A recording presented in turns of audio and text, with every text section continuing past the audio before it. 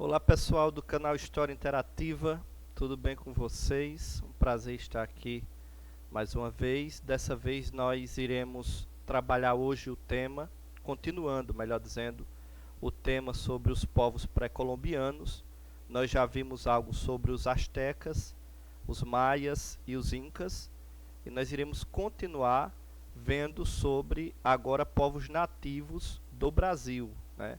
E hoje nós iremos ver é, as principais características dos tupis, né?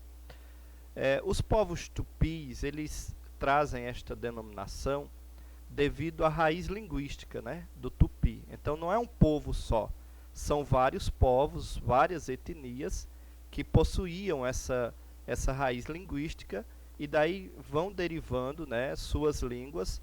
Por conta disso foram caracterizados ou denominados, melhor dizendo, com o nome tupis. Mas vejam bem, nós iremos ver muita coisa nessa aula. Vamos ver um breve sumário. Origem comum dos tupis, vamos ver, moradia, localização e expansão, esclarecendo a história, divisão do trabalho, práticas agrícolas, objetos que contam história, refletidos sobre o preconceito ao indígena. Então veja bem, pessoal, qual a origem comum dos tupis? Nós iremos ver o seguinte: quando Pedro Álvares Cabral aqui chegou, havia milhões de indígenas agrupados em mais de 1000 povos falantes de cerca de 1.300 línguas. Boa parte dessas línguas pertenciam ao tronco tupi. Calcula-se que na época a população tupi era de 1 milhão de pessoas. Então tá aí, pessoal. As pessoas, né, elas pensam que de repente no Brasil só habitava aqueles poucos índios que as imagens retratam, as pinturas retratam, né? Os artistas retratam aí da chegada de Pedro Álvares Cabral, mas na realidade é outra, né? A realidade é outra quando os historiadores vão buscar, né? Vão aí examinar a população, chegava a 1 milhão de pessoas, né? Então os povos tupis tinham uma origem comum, a atual floresta amazônica. Então, esta origem comum fazia deles terem características semelhantes. Suas casas eram ruidosas e movimentadas. Suas aldeias eram grandes se comparadas às da Amazônia atual. Por volta de 500 a.C., eles começaram a se expandir. Uma parte deles caminhou pelo interior em direção ao sul. Outra parte rumou até a foz do rio Amazonas e depois avançou pelo litoral no sentido norte e sul. Então veja bem, a expansão deles, né, foi bastante abrangente, abrangindo aí principalmente áreas litorâneas do nosso país, né? Então, de modo que praticamente quase em todos os estados você vai ter a presença de povos que são descendentes dos tupis, né? Não somente tupis, mas outras etnias de indígenas, mas que são descendentes também deles e têm tudo a ver com o contexto indígena, né? Moradias, localização e expansão. Sobre moradia, você vai ver aí nessa imagem aqui, ó, do lado, a maloca, né, é um tipo de cabana comunitária utilizada por alguns nativos indígenas. É uma observação, né, porque nós não falamos índio, porque é o seguinte: a derivação da palavra índio, na realidade, ela vem de quando Cabral chega às terras brasileiras e ele vinha, né, com intenção de encontrar a Índia, né? Então, alguns defendem que ele já tinha a intenção, sim, de encontrar terras americanas. E outros defendem, outros historiadores, que eles pensavam que estavam na Índia. Então, quando chegaram nas terras brasileiras, precisamente ali na Bahia, né, Porto Seguro, que hoje é Porto Seguro, eles então se depararam com os povos nativos, né, ou aborígenes, se quiser chamar, e aí ele denominou de índio, porque pensava estar na Índia. Mas hoje, os historiadores, antropólogos, sociólogos, né, todos nós sabemos que o índio, ele não há diferença entre o índio e o branco, né, entre o índio e o negro. Não, todos nós somos iguais. Então, chamar de índio já se torna algo que meio que preconceituoso. Então é melhor você chamar de nativo, de indígena, né? Porque é uma etnia indígena. Assim como tem a etnia negra, tem a etnia indígena e outras etnias das várias que há no mundo, né? Então, pessoal, nós brasileiros, nós sabemos que nós somos frutos de 3 raízes étnicas, né? Nós somos frutos dos indígenas, do negro africano e do europeu, colonizador, precisamente ali os portugueses, né? Então veja bem, entre os grupos tupis que habitavam o litoral, estavam os tupinambás, na área onde hoje é o Rio de Janeiro, e os tupiniquins, que tinham suas aldeias, onde hoje é Porto Seguro, na Bahia, ok? Então, olha só, a derivação, né, do nome tupis, pode ser tupinambás ou tupiniquins, dependendo da região em que se encontra. Olha, esclarecendo a história, e é aqui onde eu já comecei a explicar e vou continuar, né? Esse trecho é de um autor bem conhecido, é o Eduardo Góes Neves, né? Ele é um especialista nessa área e ele fala o seguinte: os índios antes de Cabral, abre aspas, né? É uma verdade estabelecida para a maioria dos brasileiros que a história do Brasil foi inaugurada em 22 de abril de 1500. O que aconteceu antes disso? Domínio da pré-história. Seria um pouco vago e, na verdade, irrelevante para o posterior desenvolvimento do Brasil, merecendo poucas páginas dos livros didáticos. Ao contrário dos países da América Espanhola, onde conquista, entre aspas, é o termo utilizado para a ocupação europeia, tal processo é no Brasil conhecido como descobrimento, entre aspas, né? O que revela o preconceito e o desconhecimento sobre as populações indígenas do Brasil e sua história. Então, olha só, o autor Eduardo Góes, né, na realidade ele está trazendo o assunto que até hoje tem sido desconhecido por muita gente. Alguns falam 22 de abril, né, dia do descobrimento do Brasil. Descobrimento do Brasil. Essa frase ela está em desuso já pelos historiadores, porque todos sabemos, quando Cabral chegou aqui com as suas comitivas, as suas embarcações, né, já havia pessoas aqui. Então não foi nada de descobrimento. Foi chegada, foi invasão, mas menos descobrimento, né?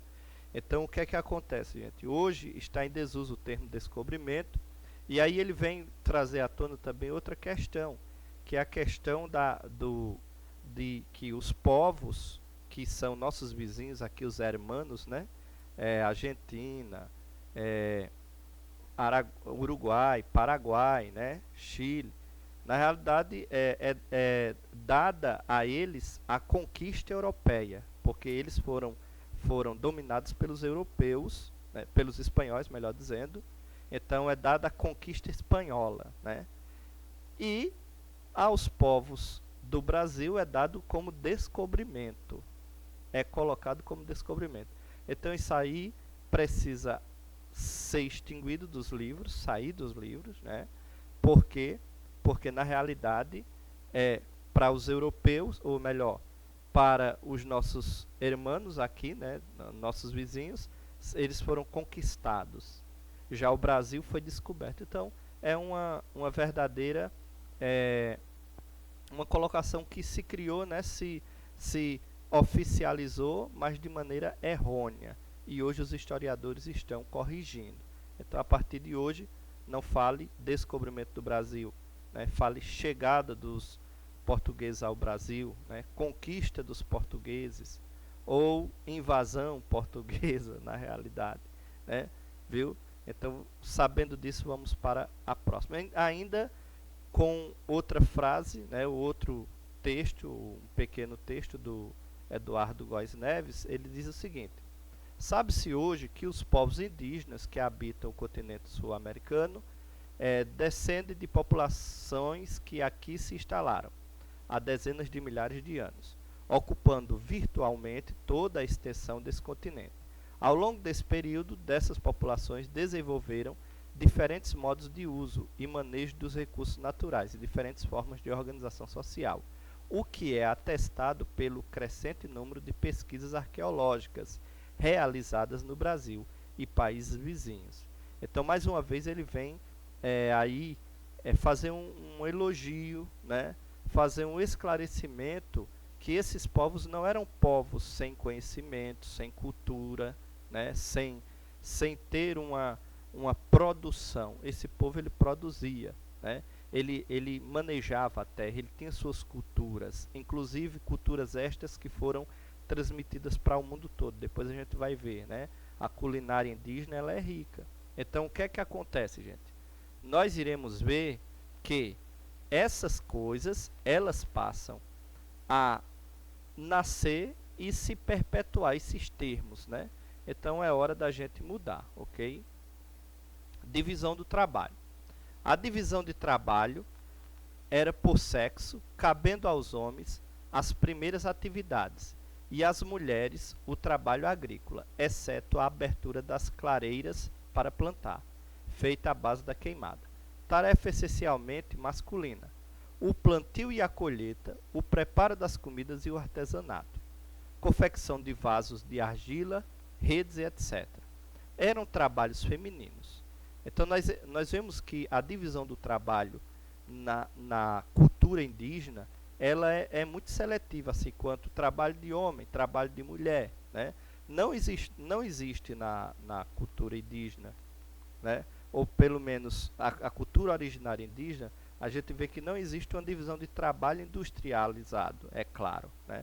Porque tudo era feito à mão, mas existia uma divisão de trabalho, o que o homem podia, o que a mulher podia e aí por diante, né? Então, instrumentos de guerra, arcos e flecha, massas, lanças eram feitos pelos homens. Os artefatos de guerra ou de trabalho eram de madeira e pedra, e desta última eram inclusive os machados com que cortavam madeira para vários fins, né? A madeira aí era usada de maneira significativa pelos indígenas, né? Então aqui está a divisão do trabalho. Vamos continuar, né, com práticas agrícolas. Quais eram as práticas agrícolas? E é aqui que eu vou dizer algo que a culinária agrícola vai beneficiar o mundo todo, né? Os tupis praticavam a agricultura com destaque para o cultivo da mandioca, planta que foi descoberta e domesticada por eles. Então a mandioca hoje, né, tão usada aí para vários fins, foi descoberta e domesticada por os indígenas, com uma fonte, com técnicas tradicionais e novas tecnologias. Os indígenas conquistaram uma fonte de renda e reavivaram sua cultura. A mandioca, que também pode ser chamado de iapim ou macaxeira, é a base da alimentação de mais de 800 milhões de pessoas no mundo inteiro. Então você veja que a cultura indígena, através da forma como se domesticou, né, a mandioca, o cultivo da mandioca, ou do aipim, dependendo da região do Brasil que você esteja, né, você vai ver que é uma cultura, é uma culinária que hoje ela se tornou internacional, né? Todo mundo consome, né? Então o que é que acontece? Você tem aqui, né, uma tradição, uma cultura que sai, né, dos povos nativos para o mundo todo. Como é que nós podemos dizer que esse povo não tinha cultura? Como nós podemos dizer que esse povo não tinha técnicas, né? É claro que tinha muitas e ainda tem até hoje. Para complementar sua dieta, caçavam, pescavam e coletavam produtos da floresta, sem se falar, né, de uma variedade de plantas medicinais, né, que eles manuseavam também e criavam ali os seus próprios remédios. Objetos que contam história. Aqui nós iremos ver um pouco do que era confeccionado, do que eles usavam como vestimenta, né? Os mantos indígenas vistos nesta página, que você está visualizando aí nessas imagens, foram confeccionados pelos Tupinambás, grupo falante da língua tupi que habitava o litoral brasileiro. São confeccionados com fibras naturais de imbira e penas de guará, ave de plumagem vermelha do litoral norte brasileiro. Então você veja que eles tinham essa técnica, esse manuseio, né, de fazer esses mantos, né, que serviam como verdadeiras vestes para eles. Olha só, o primeiro, observa daí, da esquerda para a direita, servia para vestir os meninos durante importante festa que celebrava a passagem da adolescência para a fase adulta.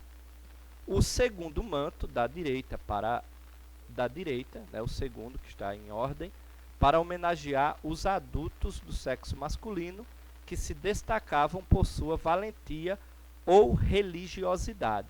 Então você veja que é algo que estava assim, bem dentro das culturas, dos rituais deles, mas que hoje está aí no Museu do Homem, em Paris, né? Segundo alguns historiadores, né? Essas peças foram coletadas entre o século XV e o século XIX, né? Por viajantes, missionários e militares, e levado lá para os museus de Paris e de outras partes do mundo, né? E também segundo o autor do livro de história de sétimo ano, Alfredo Bolo Júnior, né? Que é tão conhecido no Brasil, ele fala isso também. Ok, gente? Para complementarmos e não concluirmos, mas pararmos por aqui, pelo menos esta aula, eu quero deixar uma reflexão sobre preconceito, né? Porque nós devemos, o preconceito é uma causa de todos nós temos que combater, né, o preconceito. Então eu deixei uma reflexão aí feita por mim mesmo, eu quero deixar para vocês aqui no finalzinho desta aula, refletindo sobre o preconceito ao indígena. Para mim, ignorar a importância dos povos indígenas seria ignorar nossa própria história, pois eles fazem parte de nossas raízes étnicas. Neste caso, devemos não somente aceitar a realidade histórica, mas apoiar a luta por seus direitos, muitos deles já conquistados, mas renegados pelo poder público e pouco lembrado pela sociedade dita moderna. Por isso, o respeito à etnia indígena precisa permear nossa sociedade e enxergarmos os valores culturais, sociais e religiosos deste povo. Professor Aloísio, um abraço para vocês e o meu muito obrigado. Continue compartilhando e curtindo aí o nosso canal.